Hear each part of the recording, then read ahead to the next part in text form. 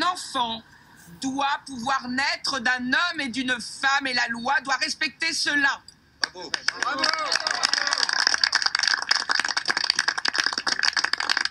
Évidemment qu'il y aura toujours un spermatozoïde et un ovule, mais la loi ne peut pas dire qu'il y en ait un des deux qui n'a pas existé, et que surtout il n'y a pas un être humain qui est à l'origine de ce gamète, de ce spermatozoïde ou de ce ovule, de cet ovule.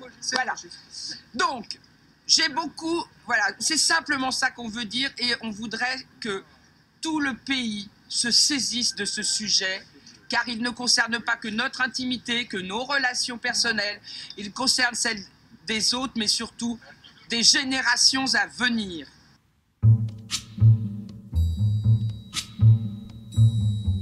Depuis fort longtemps, on a mis dans cette loi deux choses qui ne sont pas la même. On a mis la filiation collée à l'union. Et ça, c'est le mensonge. C'est le mensonge originel de la loi.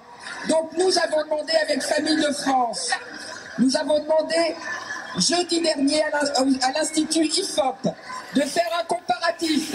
Loi Taubira avec adoption et ouverture à la procréation artificielle et union civile, même droit d'union sans adoption.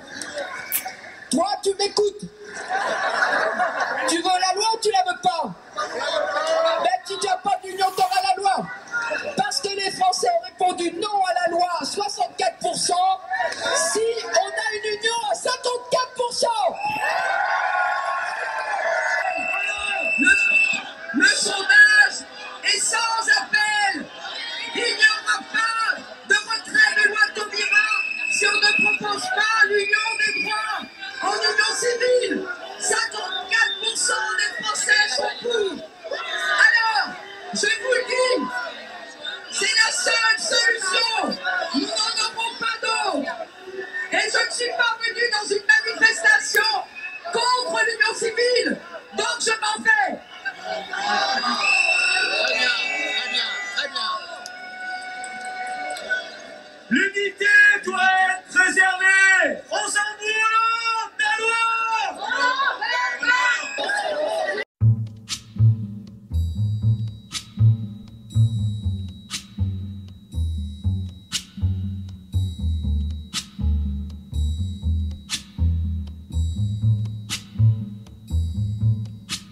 When the night has come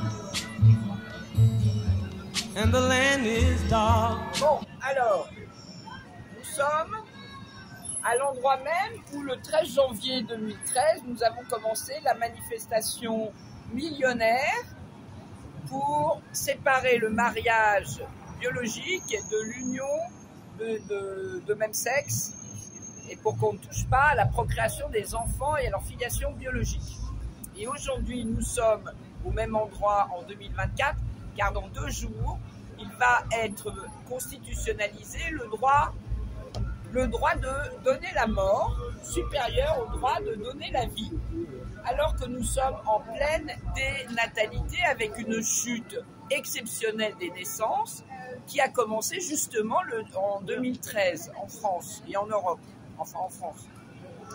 Donc je venais dire ici ce soir à tous les gens qui ne comprennent pas pourquoi c'est si grave d'inscrire l'IVG dans la Constitution que nous demandions à l'époque que soit inscrit. Tu vas faire le con encore longtemps.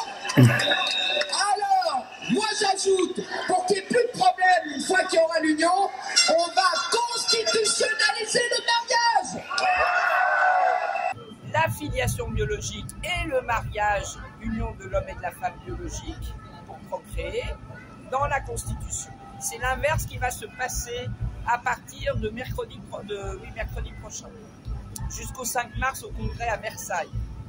C'est pourquoi je vous appelle tous, chers amis, de tous les mouvements qui défendent l'humanité biologique, la humanité, mais aussi la nation française, la liberté individuelle, la liberté de vivre comme on l'entend, mais de vivre avant de mourir et de ne pas être euthanasié ni suicidé. Je vous appelle à rejoindre l'avenir pour tous. Comme ça, nous serons plus forts et nous pourrons permettre une union avec toutes les autres associations qui, elles, sont déjà très fortes, mais pas assez. Voilà. Je vous souhaite une très bonne année de résistance bio-humaine. À bientôt. When the night has come and the land is dark and the moon is the only light we'll see. No, I won't be afraid. Oh, I won't be afraid. Just as long as you stand by me. So darling, darling, stand by me. Oh, stand by me. Oh, stand by me. Stand by me. If the sky that we look upon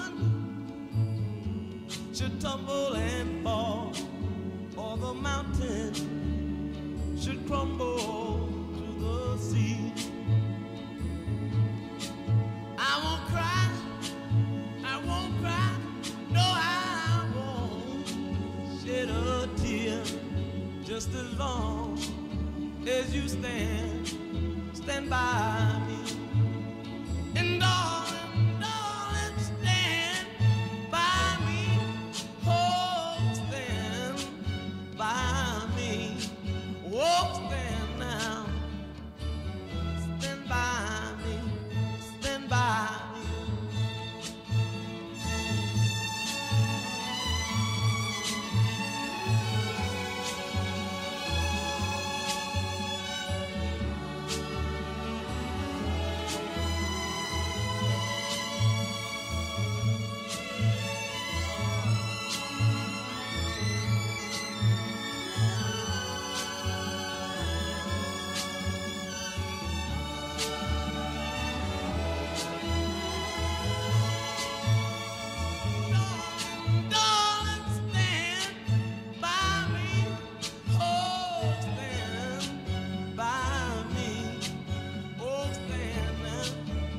Stand by me, stand by me.